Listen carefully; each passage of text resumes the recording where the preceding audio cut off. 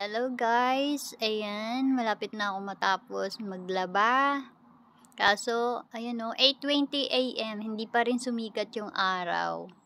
Moon pa rin yung nakikita ko sa labas at medyo pagi pa siya. And then, first time ko rin mangyari to dito. Kaya, ayan, namlansya na lang ako. And then, natapos ko na lang din plansyahin yung mga polo at long sleeve ng asawa at anak ko.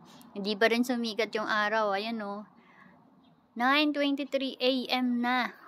Si Moon pa rin yung nakita ko. Wala pa din si Aring Araw. So, ayan.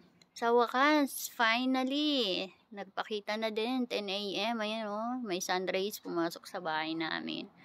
Ang tagal, diba? 10 AM na sumikat yung araw. First time. Ayan. Prepared na yung isasampay ko. Isasabit ko na lang siya sa sampayan. Ayan guys, oh, mainit na siya. Pero, malamig yung hangin. Ayan.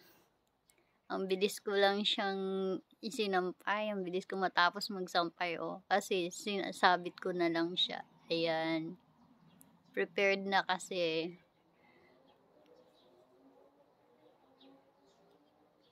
Hello! Ayan. Si Bunso, kakagising lang.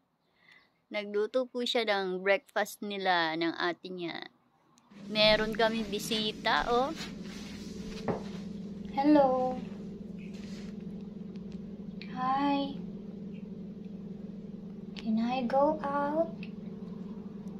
Please excuse me. Naintindihan niya rin guys, oh. Umalis din siya. Thank you.